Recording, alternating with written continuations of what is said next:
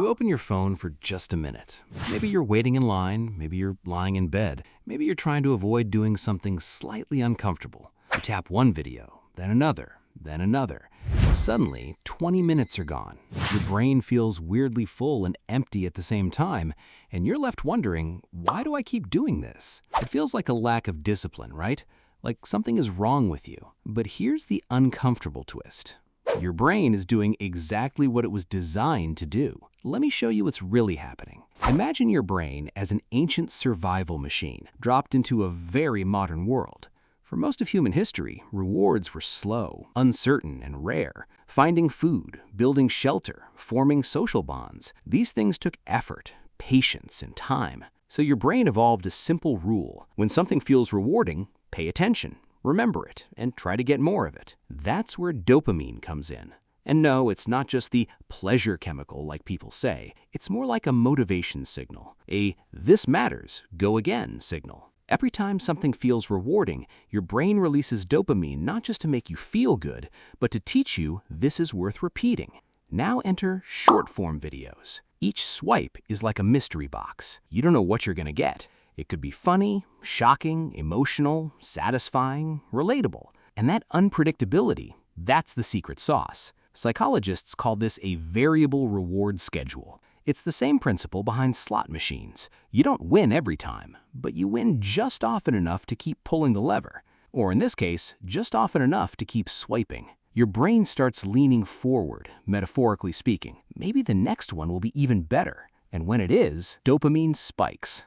Not just from the reward itself, but from the anticipation, from the possibility. That's why you don't just watch one video and stop. That would be like opening one gift and walking away from a pile of wrapped presents. Your brain isn't wired to do that. And here's where it gets even more interesting. Short videos aren't just rewarding, they're efficient. They deliver emotional payoff in seconds. A joke lands in 5 seconds. A story resolves in 15.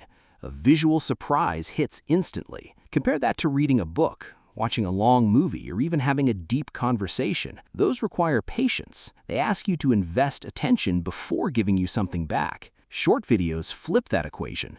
They give first, instantly, and ask nothing in return except another swipe. So your brain starts adapting. It learns, why wait for slower rewards when faster ones are right here? And over time, this changes your baseline. Things that used to feel engaging, like reading, working, even thinking deeply, start to feel slow, slightly uncomfortable, like your brain is tapping its foot, waiting for something quicker. And that's not because you become lazy, it's because your brain is optimizing. It's choosing the path of least resistance to reward, exactly like it's supposed to.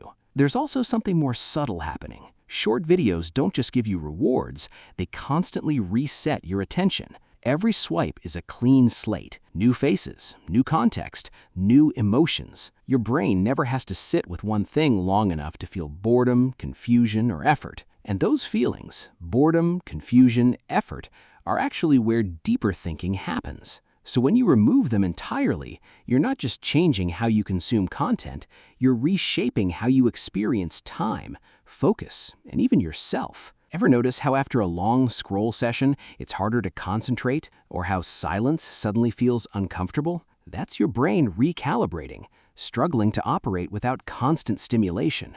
But here's the part most people miss. This isn't a story of weakness. It's a story of sensitivity. Your brain is incredibly responsive. It's learning from your environment in real time. It's saying, oh, this is the kind of world we're in now? Fast, unpredictable, constantly rewarding? Got it. I'll adapt. And it does, brilliantly. The problem is, the environment changed faster than your brain could question it. So instead of asking, why can't I focus anymore? A better question might be, what have I been training my brain to expect? Because that's what this really is, training. Every swipe is a tiny vote, a signal, a reinforcement loop. And the good news? That means it's not permanent.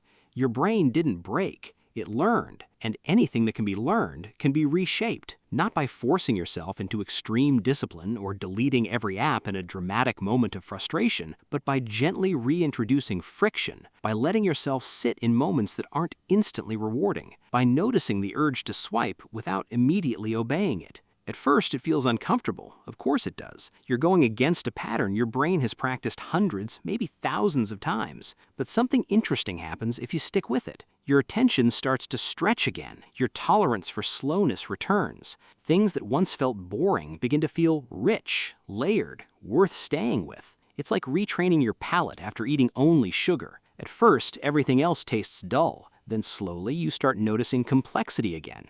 And here's the shift I want you to walk away with. Your brain craving short videos isn't a flaw. It's evidence that your brain is working, learning, adapting, optimizing for reward. The real power isn't in fighting that. It's in understanding it.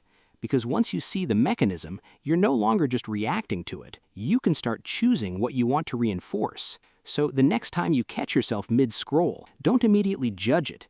Just pause for a second and ask yourself, what is my brain looking for right now? A break? Stimulation? Escape? Connection. That tiny moment of awareness might not stop the scroll completely, but it changes your relationship with it, and that's where real control begins. So if this video made you pause, even for a second, and see your habits from a different perspective, make sure to subscribe so we can keep exploring how your mind actually works together. I'd also genuinely want to hear your perspective. What part of this resonated with you, or what did you notice about your own behavior? Share it in the comments. And if there's a topic, a thought, or even a question you've been sitting with that you want me to dive into next, drop that too, because this isn't just about me talking. It's about building something that actually reflects what you're curious about. And until the next video, just remember, your brain isn't the problem. It's the story you're still learning how to read.